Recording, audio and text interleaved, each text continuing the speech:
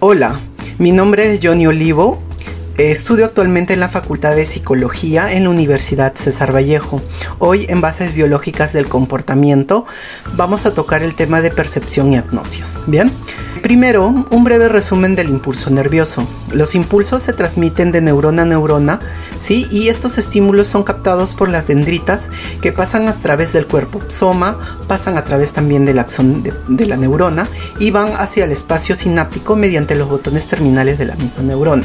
Bien, estos impulsos nerviosos son provocados por estímulos que son captados por los receptores nerviosos, los cuales transmiten esta información. Además, esta información que es sensorial es interpretada por el cerebro. A esto último le llamamos percepción. Bien, vamos a tener diferentes tipos de percepciones. Por ejemplo, la percepción táctil, ¿sí? Que corresponde al tacto, básicamente en la piel, donde se encuentran los diferentes tipos de receptores, ¿sí? Que van a captar esta sensación. Los receptores se adaptan, para empezar, a los estímulos, total o parcialmente. Estos estímulos llegan al lóbulo parietal del cerebro, ¿sí? Y pueden ser de diferentes sensaciones. Por ejemplo, si sientes calor, estos son captados por los corpúsculos de Ruffini. Si sientes suavidad al tacto, ¿sí? Esto se llama tacto fino y van transportados o son captados por las fibras de Meissner. Podemos encontrar aquí diferentes patologías. Una puede ser la hiperestesia, aumento de la sensación. Otra puede ser la hipoestesia, disminución de la sensación. Y también la anestesia, sin sensación. Bien. En la percepción auditiva, ¿sí? Tenemos ahí al oído.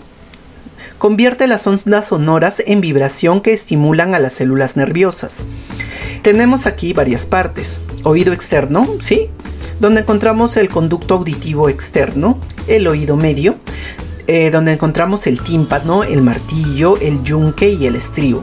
Oído interno, donde encontramos el caracol, parte de la trompa de Eustaquio, entre otros, ¿sí?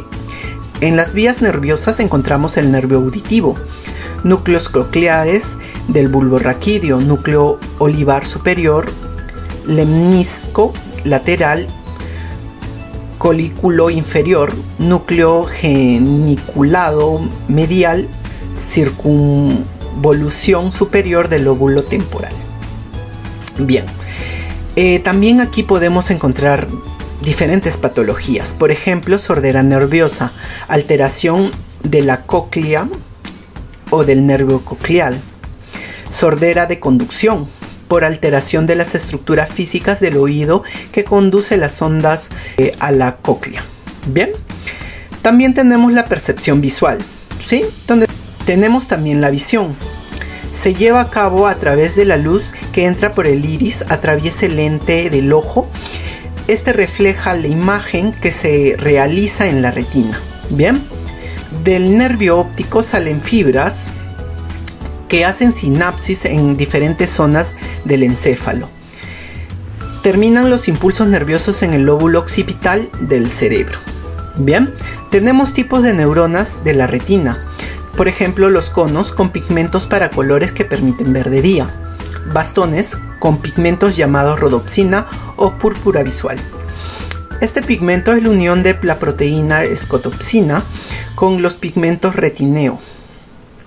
Nos permite también ver de noche la rodopsina y el pigmento retineo. La rodopsina permite diferenciar lo blanco de lo negro en la oscuridad, siendo una sustancia fotosensible. El pigmento retineo es formado con el aporte de la vitamina A, ¿sí? Dentro de ello también podremos encontrar patologías, por ejemplo la ceguera nocturna. Esto es a causa de la disminución de la vitamina A. Bien. Tenemos también la percepción olfativa, ¿sí? Donde tenemos ahí al olfato, células olfatorias ubicadas dentro de la nariz en la membrana olfatoria.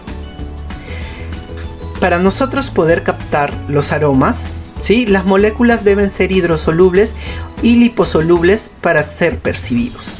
Bien, hay tres vías nerviosas que forman el nervio olfatorio, que pertenece al primer par craneal. Tenemos el área olfatoria media, ¿sí? Tiene relación con el sistema límbico y determina si este olor es agradable o desagradable. Tenemos el área olfatoria lateral. Se aprende a agradar o a distinguir cierto olor. El área olfatoria moderna, ¿sí? Analiza en qué consiste este olor, ¿no? También aquí tenemos patologías. Tenemos anosmia, que es la incapacidad de oler. Tenemos la hiposmia, que es la disminución de la capacidad olfatoria. Tenemos la hiperosmia, que es el aumento de la capacidad olfatoria. Bien, tenemos la percepción gustativa, el gusto. Las neuronas para el gusto se encuentran principalmente en la lengua. Bien, los receptores químicos para el gusto o células gustativas están formando yemas gustativas junto de las células las cuales pertenecen a los axones que unen los pares craneales. Bien, podemos también diferenciar algunas sensaciones aquí en el gusto. Por ejemplo, el sabor agrio formado por ácidos, sabor salado, ¿no? Lo que tiene sodio y pocos aniones, ¿no? Sabor dulce, azúcar, alcoholes, aminoácidos o compuestos orgánicos. Estos compuestos pueden ser formados por CHON, ¿sí? Carbono, hidrógeno, oxígeno, nitrógeno. Sabor amargo, por sustancias orgánicas de nitrógeno. Alcaloides como el café, por ejemplo, nicotina o quinina. Umami también tenemos, que básicamente es una palabra de origen japonés que significa delicioso, ¿sí? Para poder percibir sabores diferentes a los anteriores, ¿no? Como por ejemplo el glutamato, carnitina, queso.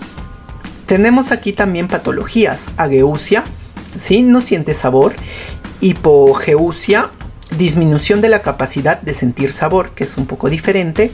Y disgeusia, no diferencia sabores. Bien, ahora vamos a pasar a la agnosia. Podemos definir a la agnosia como la falta de reconocimiento de un estímulo que no puede atribuirse a déficits sensoriales elementales, deterioro cognitivo, alteraciones atencionales, afasia o falta de familiaridad con el mismo. Se debe a lesiones que desconectan a las áreas de procesamiento sensorial primario con las del procesamiento cognitivo superior. Es decir, incapacidad para identificar o reconocer la información que llega a través de los sentidos, posiblemente por una lesión o daño que tenga el cerebro en determinada área donde se interpreta la sensación. Bien, dentro de estas agnosias también podemos encontrar tipos de agnosias, ¿no? Que, como habíamos comentado, es la incapacidad de identificar o reconocer la información. Por ejemplo, tenemos agnosia táctil. Básicamente es provocado por una lesión o daño en el lóbulo parietal, ¿sí? Del cerebro. Agnosia auditiva, ¿sí? Lesión o daño en el lóbulo temporal del cerebro, ¿correcto? Agnosia visual también, ¿sí? Esta lesión puede ser provocada también en el lóbulo occipital del cerebro, ¿no? En la parte de acá atrás. Y agnosia también olfatoria, una lesión o daño en el lóbulo frontal del cerebro, ¿bien? Y por último, agnosia gustativa, una lesión o daño en el lóbulo parietal también del cerebro, ¿sí? Hasta aquí hemos terminado pues con las sensaciones, ¿sí? Y los tipos de agnosias. Muchas gracias por su atención. Les dejo con las referencias bibliográficas que se usaron para este video.